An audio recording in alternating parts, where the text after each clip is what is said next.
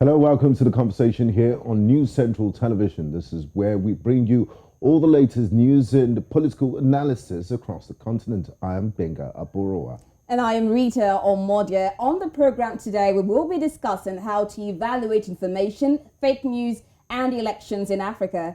And our second discussion will be from Kenya, where we have about 3 updates. First, Deputy President William Ruto has been accused of fomenting election violence 14 years ago. And Ruto also provoked fury from Congolese online for making comments that were viewed as disparaging. We also know that Raila Odinga released a music single as campaigns for election.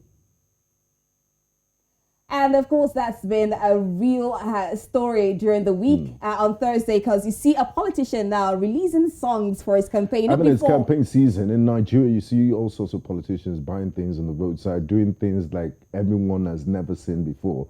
But I think we know the gimmicks. But that song by Raila Odinga, it was very catchy. Yeah, it was quite catchy. And of course, he also had a young artist collaborating with him. It's a good development, so to say, and a strategy for Raila Odinga, if we must say. And now let's look at our first topic here. And we know that fake news has been a growing concern in global politics and business for a variety of years. And it's now exploding across the continent with highly orchestrated social media campaigns deployed in both these areas with alarming influence. Fake news could be a significant threat to the integrity of knowledge sharing and news reporting, and incorporates a particularly unique environment during which to thrive in Africa. Now, as the populations of many African countries are overwhelmingly young, social media could be a central source of reports, which implies that stories of questionable provenance can gain significant traction very quickly. Given the reliance on social media as a primary source of knowledge, the prevalence and dissemination of fake news is fast evolving into a real challenge for Africa. African politics faces an especially significant challenge from fake news, which is common in African election campaigns. Now, joining us to discuss this issue is David Ajikobi, is the country editor of Africa Check, and Kate Wilkinson, the Deputy Chief Editor, Africa Check, joins us live from Johannesburg to debate the subject, fake news and elections in Africa. Welcome to the conversation. Thank you. Now, I'd like to start with David. What is fake news and why does fake news matter? Well, I think that we like to call it disinformation or misinformation. I mean, misinformation is when a piece of false information is spread without intent, not intentional, but when it is spread, with intent, I mean, with, a purpose and a motive behind, that is disinformation. Why does it matter? I mean, why does it matter when people spread false and misleading information? I think it matters because we all live our lives with a complex, around the complex of information. The car you drive, the politicians you follow, everything is based on the quality of information around you, even the drugs you take and things like that. So you can imagine if those life decisions or political decisions are based on false information or misleading information, that means it will going to have real life consequences. And for elections in Africa, particularly a country like Nigeria, you can see that these things can have real-life consequences, even when it comes to pre-election misinformation, disinformation during the elections, and even after the elections. So I think that is why it matters, because it has real-life consequences, and it could lead to death. It could lead to severe consequences in some cases. Okay, Kate, if you would agree, you would know that fake news has been a growing concern in global politics and business for a variety of years, and it's now exploding across the continent with highly orchestrated social media campaigns deployed in both these areas with alarming influence. I mean, even for we journalists, fake news is also affecting us. I remember during the last elections in Nigeria, it was so difficult to decipher which was actually a fake or a real truth. So, Kate, tell us, how did fake news become so prevalent? I think that what you've really touched on is that the problem that we're facing now affects all sectors of society. So whether you're a journalist, a politician, an ordinary member of the public, it's something that we all have to grapple with. I think, though, what we have to acknowledge is that when it comes to the issue of false information, we've always had problems with false information. For centuries, for as long as humans have been alive, some people have been communicating information that is false with intent to mislead and sway outcomes. The situation we have now is that we are able to share that information much more easily and with a much wider audience, much more quickly. And when you weaponize those three elements and you have an orchestrated, the effects of your campaign can be much larger and much more devastating. And in order to push back against this, we need to invest a lot more in research and understanding who the actors are, what information they're sharing, and how, so that we can actually counter it with accurate information and help people understand how to spot this false information and not share it and be part of the problem. Thanks, Kate. Staying with you, Kate, how big of a control has the web and the advent of social media, the social media revolution, changed the conduct of elections in Africa? So I think the impact has probably been likely to many other countries around the world. I think a problem that we often face when we talk about any problem, in Africa, any election in Africa, is that we think, we're quite different to the rest of the world, but we often have the same problems, the same sorts of people trying to sway things, the same shortcomings in our media or with our political systems. I think, though, that, over the last 2 decades, we have seen enormous internet penetration on the continent. We have a very large youth population with access to smartphones. Internet penetration is huge. Messaging apps have exploded. So communication is much easier, and that is a great thing, because open communication means open information, which empowers communities. But the problem is those same conduits, those same apps also facilitate the spread of false information. So I think this is a lot where understanding the problem and crafting smart solutions like media literacy campaigns and working with communities to equip them with those skills is really integral to this problem. Okay, now over to you, David. What exactly are fact checkers, civil society, journalists, and civil society organizations doing about the influx of fake news? How exactly are they curbing the fake news on the African continent? Well, I mean, there's a lot being done. If I would start with we have now, I mean, I can speak to you now, there's a thriving fact-checking community in Nigeria. And most of them are signatory to the International Fact-Checking Network, IFCN. But I think most importantly, I think the biggest thing that we're doing, in a sense, that is that we're trying to look for how to put the power in the hands of people. There's so much you can fact check and put it back in on the media and things like that. But if people have the right skills, if they have the right tools, or if they have the right know-how of how to debunk certain information by themselves, I think that is the end game, so to say. Apart from that, there's also like Kate said, media literacy. And we also do something called, right now, elections are coming in Nigeria, for example, and we're doing something called pre-bunking. And I'll give you an example. In 2019, when there was a piece of information that if you voted with a particular finger, it will invalidate your votes. And what we did was to go into the Electoral Act to actually see what does the Electoral Act say about which finger you can vote with. And essentially what we found was that you could vote with any. In fact, if you didn't have hands, you could vote with your toes. And we did a short video explaining to people how that process, how not to invalidate your vote. And it became very popular, very widely viewed. So that's an example of how we think that media literacy, pre-bunking, and a few other things that we're doing is helping to counter the problem of misinformation and disinformation in Africa, particularly political disinformation. Thank you, David. Now, Kate, talking about curbing disinformation and fake news, Congo, Ghana, Burundi, Togo, Guinea, and Tanzania shut down their internet and access to social media during elections. The blocking of social media by the government is usually justified on the grounds of protecting national security, or more recently, to fight against the spread of fake news. Do you support internet shutdowns as a way of curbing the spread of disinformation during elections? No. Africa Check does not support internet shutdowns of any kind for the purposes of preventing the spread of misinformation, and it's for a set of very specific reasons.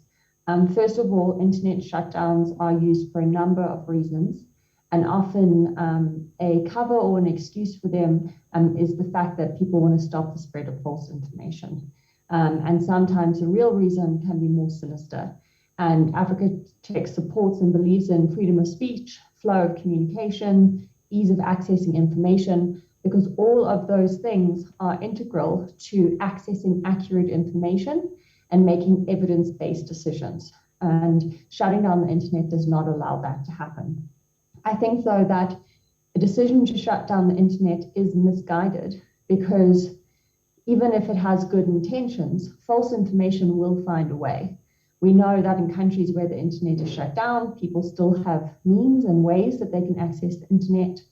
False information doesn't just die when you turn the internet off. It's spread in different ways.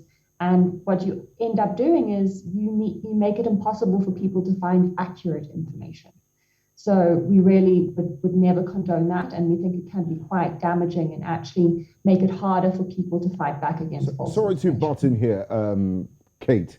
What about shutting down social media? So people go to traditional media platforms for accurate and, those traditional platforms that they've been trusted over time for accurate information. Because social media I would has say been... that we would still not support the shutdown of social media platforms. Many social media platforms do have a serious false news information, and some of them are actually complicit in the way that false information is spread. But for many people, social media is the internet. People access information through WhatsApp, through Facebook, through Twitter. They maybe don't use traditional means of internet access. And shutting down access to information, whether good or bad, is not the solution. We need media providers, we need social media platforms to play an active role in fighting misinformation. We need to educate social media users, but cutting off a vital lifeline to information, whether good or bad, is not part of the solution. Okay, David, let's single it out now to WhatsApp. We're looking at ways to curb disinformation, and we know that WhatsApp is encrypted and it can be monitored or censored if you look at it that way. And with this encryption creates WhatsApp and makes it a kind of a desirable way to send messages, or rather very attractive medium through which you can share fake news. I get so many messages on WhatsApp. So what will be done to reduce its destructive potential? Well, I think that, you've nailed it, that because of the end-to-end encryption of WhatsApp has made it very notorious for, people sharing false information, particularly when it jumps to groups, when, it goes from our grandmothers to our uncles to our aunties, we all belong to one WhatsApp group or the other, and you see, and then the thing is, some of the messages that people send come from out of care. People feel, oh, I have a sister somewhere, I need to tell him that, okay, this is happening somewhere. We saw that with COVID-19 related misinformation. People really wanted people to get better or not. It was an infodemic. Yeah. So, but the point is, what are we doing, or what can we do, even though it's end-to-end encrypted, is that we at Africa Check, for example, we are getting into WhatsApp. So we tell people, for example, that when you see something on WhatsApp, you can flag it. You can send it. So we have WhatsApp numbers in South Africa, in Kenya, in Nigeria. We tell people to flag it to us, and we can debunk it and then post it back into the space. And one of the interesting things is that you would see something that's been debunked, say 5-6 years ago, and then it comes back on WhatsApp, and you're wondering, oh, but this is. So I think that's one of the peculiarities of WhatsApp. It tends to help regurgitate certain kinds of misinformation and disinformation. But like I said, we are in that space. We have a WhatsApp line that we tell people to send to us. We are in certain WhatsApp groups that people add to us. And like as I speak to you now in Nigeria, we have 5,000 subscribers. We are looking at growing those numbers in months to come, get towards the elections. But we think that that's perhaps the only way we can do our own little bit to tackle misinformation and disinformation in that end-to-end and within that end-to-end encryption policy. Now, David, we've seen the destructive nature of social media and what fake news can do. It has a lot of destructive potential and also potential for a lot of good. I remember a few years ago in Kano, there was fake news about immunization, which led to riots and certainly deaths of some people. So we know that that's serious. It has serious consequences. So would you support the prosecution of people for deliberate spreading of fake news, or you think the laws of the land are adequate enough to deal with it, and you don't need specialized laws and bills to address that? Well, just following from what Kate said, I think first of all, countries differ from country. So when we say African countries, we're not. I mean, there are different. Yeah. There might be different laws around.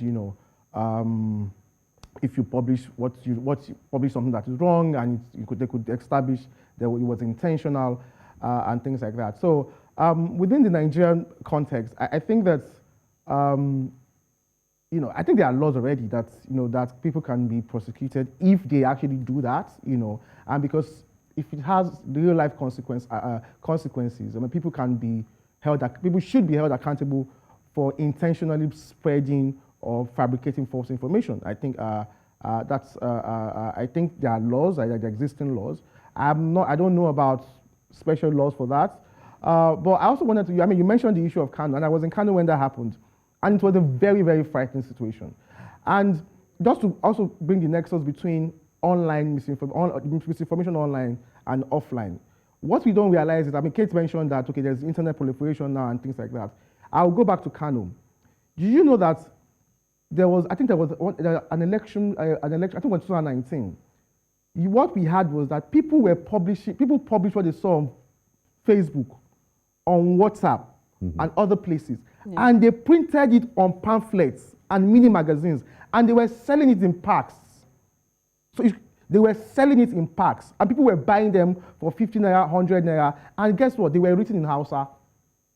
So it made it very easy to read and things like that. So we see that it jumps very quickly from the online communities to offline, not radio, not television, but on the streets. And that is where people actually take it very seriously because they believe that it's the truth. They might not have the power to fact check or debunk it. So that's what I think about your question, Menga. Okay, now over to you, Kate, because I think the impact falls on individuals, the destructive potentials of not having social media being checked. But somehow it feels like a double-edged sword situation here. We have human rights organizations and opposition parties and in additional repressive environments like Uganda and Zimbabwe, which use WhatsApp to evade state surveillance while assembling evidence of state misdeeds during recent elections. Now, during this way, do you see the platform as strengthening the position of watchdog bodies and opposition parties? Yeah, so I think, your question has just pointed out how important it is not to shut down social media platforms during fraught times, because so many people are using them for good purposes, such as documenting human rights abuses and communicating. I think, though, that when it comes to WhatsApp, when it comes to other encrypted messaging platforms, they play a very important role. And they often are used by advocacy organizations and the media for communication, and that does make them a target, especially if governments want to crack down on that. But they're a vital part of the information landscape. And I think that they need to be protected, and we need to make sure that they aren't shut down and access isn't restricted, because that isn't going to improve a situation in any country. Thank you very much, Kate. Now, David, in the course of your advocacy, what has been the response from ordinary people? Because, I mean, fake news, if you're not media literate and if you don't have a trained eye, the methods of disinformation are becoming more sophisticated. You have a situation where even university graduates and university professors can fall for this, because it just makes your work harder as a fact checker. So how do you keep up with these people, and what's the general response like from ordinary individuals when you do your advocacy? Are they receptive to tackling fake news and fact checking? Well, I'd say that if I was using the word advocacy, that comes from the work we do with our editorial work, is to debunk misinformation, and that's the primary thing we do. But in the work around advocacy, in essentially teaching people, explaining to people how to check, how to spot false claims or misleading claims or whatever it is. I think so far the feedback has been very good, so much so that we are encouraged to actually reach out to more people. And I mean, we think that's very, very important. It's very important to teach these skills to even to secondary, like, I mean, you mentioned the university. Not just journalists and newsmakers. Yes. Exactly. I mean, I was even going to talk about even secondary school students. I mean, we see, we've had a program similar program like that in South Africa. We saw what's happening with what Finland is trying to do with infusing media literacy around misinformation and disinformation into their curriculum and things like that. So we think that it starts from there, because when I mean the basis of fact checking is actually critical thinking. To say, look, let me check this. Could this be correct? Let me pick up my phone and check what the official data says, shows, and things like that. So we think that when the level of critical thinking, is imbibed, or when it is imbibed early in people or in school children or whatever it is, it's easier for them to learn these tools and these skills that we are doing with our advocacy work. But so far so good. The advocacy work has been positive. Thank God for that. And we just want to reach out to more people. I think that's just the right thing to do. Okay, Kate, what about you? What have been the challenges so far as a fact checker? What have been the challenges so far in checking information? So I think there are a number of challenges, but they're not insurmountable. The first is that when it comes to political fact checking, looking at claims made by politicians or in election manifestos, a key principle in our fact-checking process is to actually engage with the person who's made the claim and ask them for evidence to support their statement. Unfortunately, though, sometimes politicians, political parties are not forthcoming or not willing to engage. And if they can't tell you where the information is from or how they came to their conclusion, it can really slow down the process in trying to determine if it's true or false. Then the other problem that we face is in a number of countries, and that's not just in Africa, but around the world, access to information can be difficult. We're quite lucky in South Africa in that our National Statistical Organization, Statistics South Africa, is quite good. It's very open with its data. You can engage with the subject specialists. You can access all the data online. But I know for many of my fact-checking colleagues across the continent, that is not the case. And you may be dealing with having to persuade and negotiate access to data. Some people want you to pay for data. It may come in a scanned PDF as opposed to an Excel spreadsheet.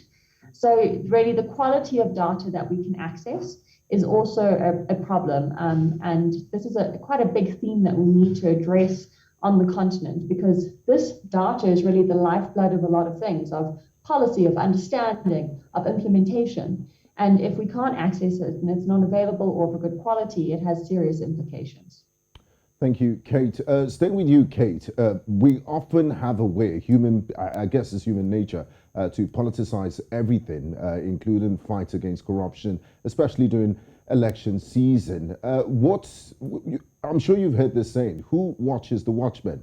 Who will check the fact checkers? Is there any way, and when politics comes into it, if you fact check an information that puts a certain political party in bad light, the opposition will jump on it and say, look, that's fake news. They got them there. And, play politics with fact checking. Is there a world body or some sort of way that people know that when certain information is fact checked from this fact organization, it's foolproof, they have some level of integrity, you could check it? Because, even politicians could say, start a fact-checking organization.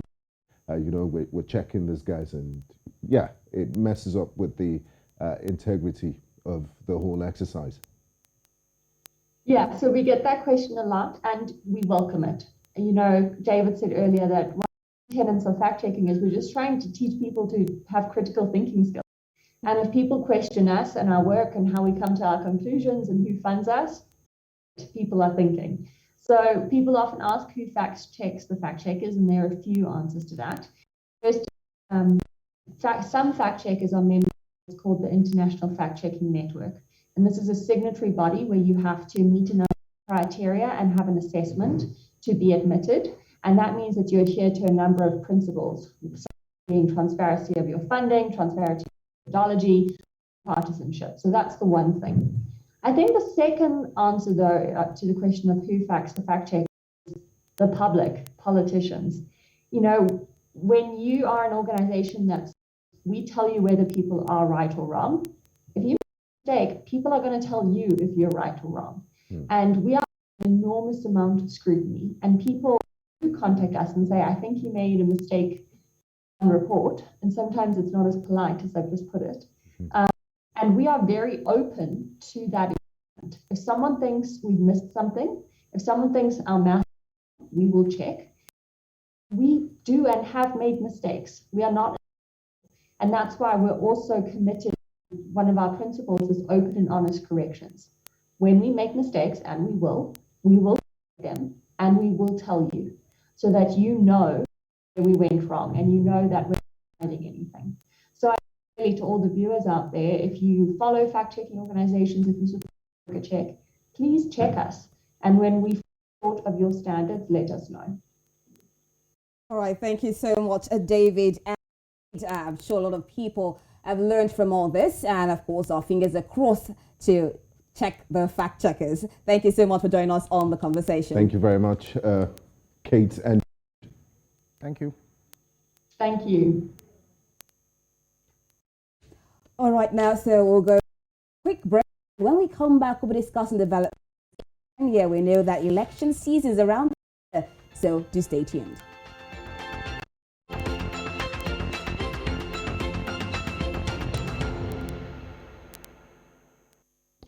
hello, welcome back to the conversation. In the first part of the show, we did talk about fact-checking and elections in Africa. It's time to switch gears and move to Kenya. Right now, where as Kenya's presidential election draws near, a Kenyan lawyer on Tuesday denied bribing prosecution witnesses at the International Criminal Court war crimes trial of Deputy President of Kenya, William Ruto, which collapsed 6 years ago. The ICC has accused Paul Kicheru of playing a key role in a scheme to thwart the trial of Ruto, who is the estranged Deputy President of Kenya and a candidate in Kenya's August presidential elections. Meanwhile, William Ruto on Monday provoked ire from Congolese online for making comments that were viewed as disparaging. During a campaign rally in Nyeri County, central Kenya, Mr. Ruto appears in a video promising that if he is elected president, his administration will enhance investment in livestock keeping so they could sell produce to as far as the Democratic Republic of Congo. To discuss these issues, we have joined us live Bobby Mkangi. He is a public governance and human rights activist from Nairobi, Kenya. It's so good to have you join us on the conversation. Thank you for having me. All right, so Bobby, it's 2 years since the last trial of Gicheru at The Hague, and he still pleads not guilty. What exactly is the problem? Is there not enough evidence against him, and how long is this going to last?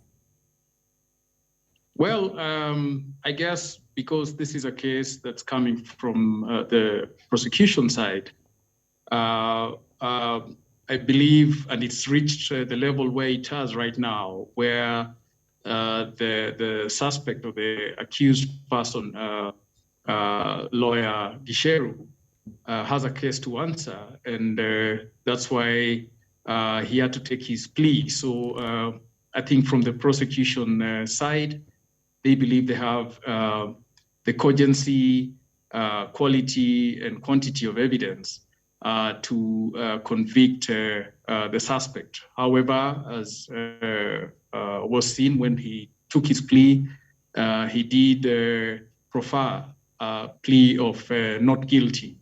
And we are going to see whether he's going to dent holes in the prosecution's case. We know this is a very important case in Kenya's and also global ICC discourse, and particularly so in Kenya, because as you introduced the topic, This involves the incumbent Deputy President, Dr. William Ruto, who is also a frontrunner in Kenya's presidential elections, which are going to play out on August 9th this year. And so this, as was the case in 2013, when he was a running mate to the outgoing president, Uhuru Kenyatta, the issue of the fact that he and President Uhuru Kenyatta were suspects at the ICC did play out as to whether they were fit enough to be on the ballot paper for the presidential election. So the timing of the case and the issues that come about, and especially, as I said, within the context of upcoming elections, do remind Kenyans and the global society as much of the sensitivity of ICC issues, the ICC case, and presidential elections in Kenya. So in terms of the case itself, we're going to have to wait and see how it plays out, whether the prosecution has sufficient evidence to convict the suspect, but also see what the suspect has in denting the prosecution's case. But how it plays out here in Kenya politically, and especially within a political or electioneering year, with a candidate who has previously been involved in such discussions, is going to be telling and very sensitive in terms of Kenyan politics because of the ethnic and tribal demarcations that it seeks to prod once again. So very interesting issue. We're going to see how it's going to play out. Nice. Bobby, the then ICC prosecutor, Ms. Fatou Bensouda, blamed the relentless campaign of victim intimidation for making a trial impossible. You did talk about the sensitivity of this issue and how it has widespread ramifications beyond The Hague. And also, interestingly, you pointed out that coming during an electioneering campaign season. Regardless of what happens, does the judgment would it affect the way people vote in any way? I do know that elections are in August, but do they have a way of affecting or swaying votes in a particular way? Is it that important?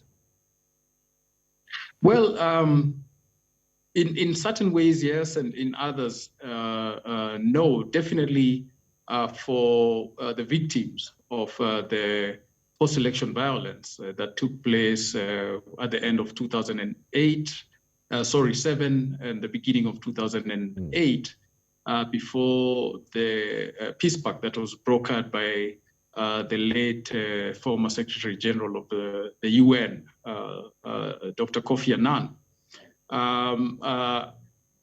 Before those issues and before that pact, and the sensitivity of the fact that it is widely and now almost tacitly agreed in terms of the theory that it was the fact that the incumbent presidency in Kenya, that is His Excellency Uhuru Kenyatta and his deputy William Ruto, did come together because they were the key suspects in the ICC trial.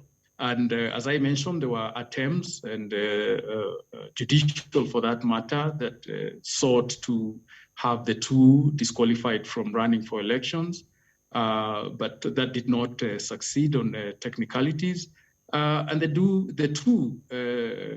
duo did manage to win the election, meaning that there are those, and if we take the election as a measure, the majority who thought that they were allegations targeted, or the charges before the ICC were not ground enough dismiss these two candidates. And I think that is also going to play out in 2022 in terms of William Ruto, that there are those, he has his hardcore base that has not changed much despite the allegations and the charges.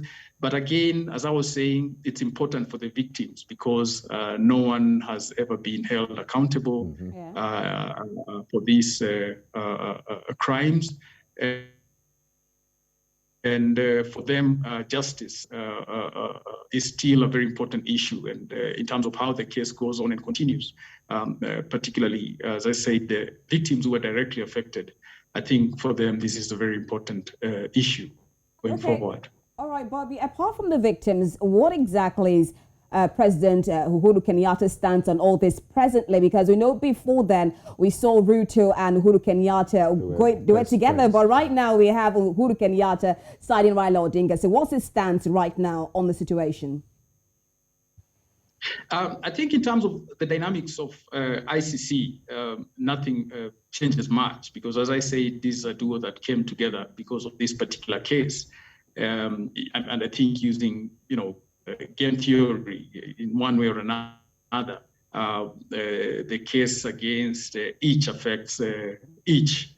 And so, particularly on ICC, I don't think it would change Uhuru Kenyatta's stance in trying to see that his then partner, I would say is thrown under the bus, or he throws him under the bus for this, because that would mean he's also stepping on his own toes.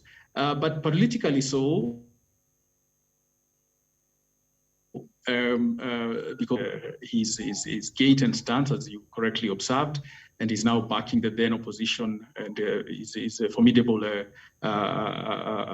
compatriot, the former Prime Minister Raila Odinga. And definitely politically and in elections, if there's anything that would be of advantage to his political stance, if the ICC case would diminish the returns for William Ruto in one way or another, I suspect that would be welcomed to the president's side and to the politics that he now prefers.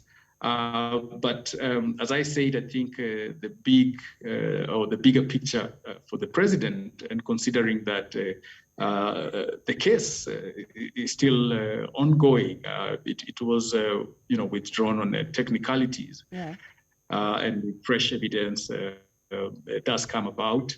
If there are new leads in the case, as we've seen now, almost 5 years after the cases were dismissed, there is a lawyer Gisheru coming up, and his case on the obstruction of the administration of justice is going on. So we are probably going to see more of these cases coming up as time goes by, and I'm sure for the suspects, the initial 6 prime suspects, they would want the status quo to hold.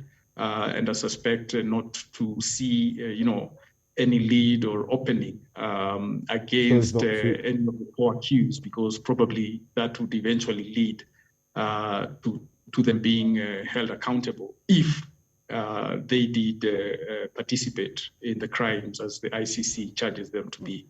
Okay, Bobby. Now, on the campaign trail yesterday, Deputy President William Ruto did make what Congolese have described as disparaging remarks about their country, saying not a single cow exists in the DRC, and it's led to diplomatic spat between DRC and Kenya. Civil rights activists, journalists, and politicians and citizens in Kinshasa were outraged by his comment.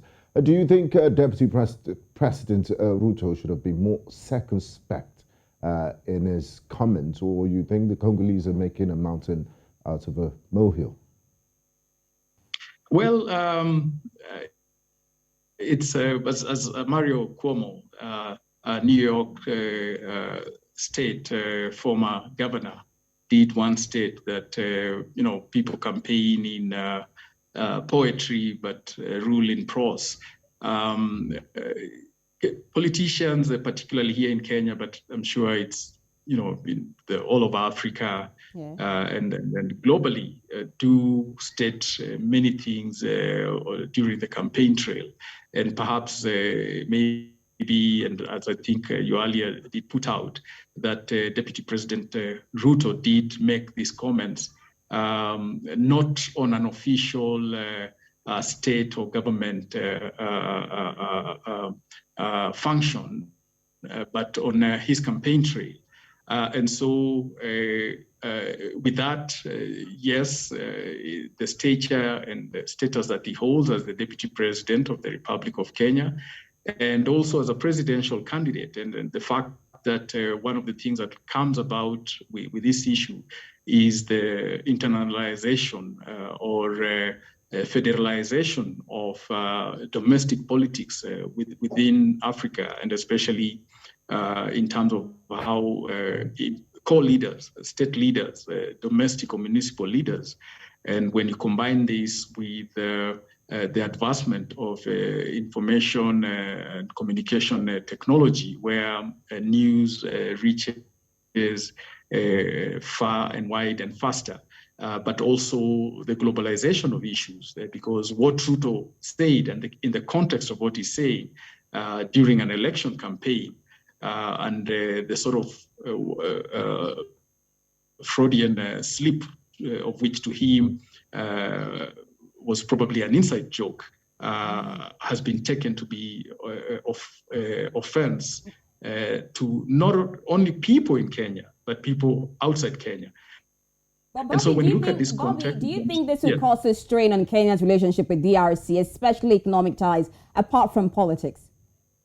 I mean, so far, I haven't seen any, sorry to say, I haven't seen any official demand from the DRC government to the Kenyan government.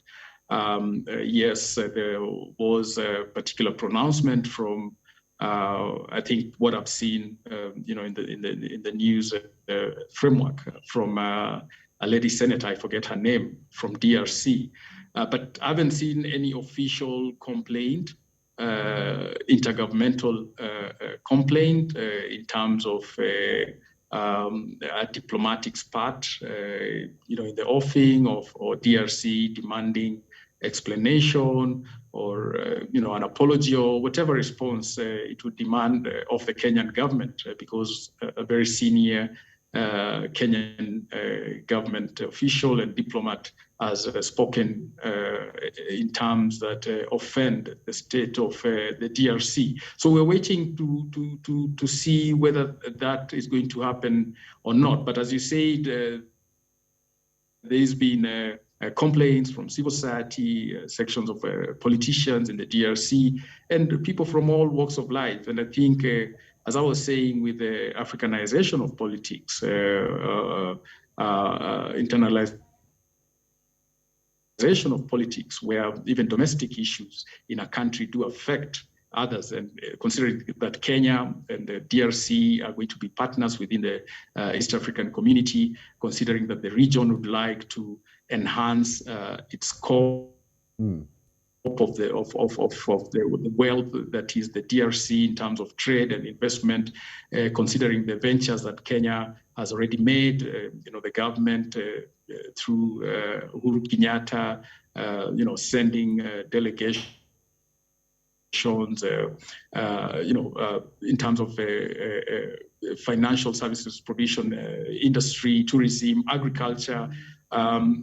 Kenya looking at DRC as a prime market in expanding, and especially in the export industry.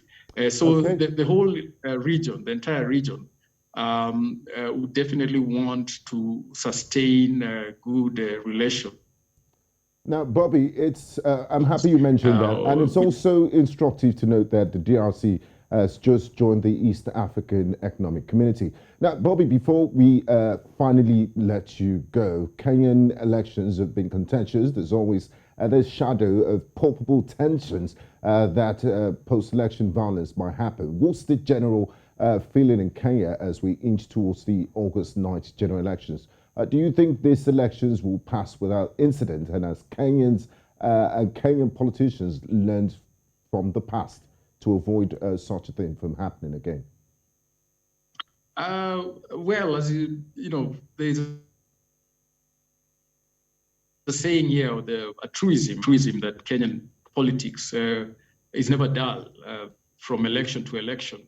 The day after the elections, you'd think politicians are campaigning for the next election. So, as we say, there's never a dull moment in Kenyan politics. However, whenever we are approaching elections and considering that we have now the history that was the 2007, early 2008 post-election violence that did drive society to the brink of a civil war.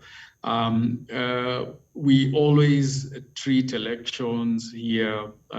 Now we had two cycles since 2007, in 2013 and 2017. Difference being the last two have been conducted under a new constitution, which introduced a comparatively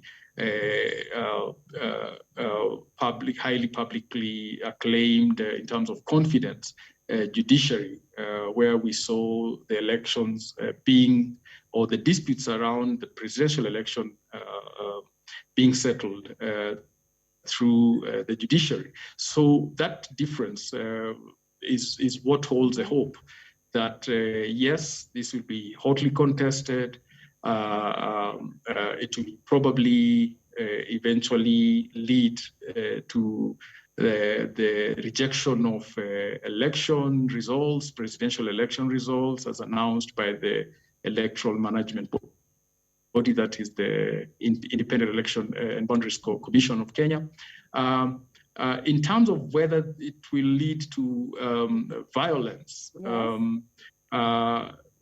all the indicators, the rhetoric, the charged inter-ethnic politics, although I must say that this time around, okay, all right, Bobby. the dynamics of inter-ethnic politics. I think generally, the general feeling is that there should be no post-election violence. I think that's what people of Kenya would really want at this point in time. Thank you so much, Bobby, for sharing so much insights on the electionary period going on in Kenya. It's been a wonderful experience to you. Thank you.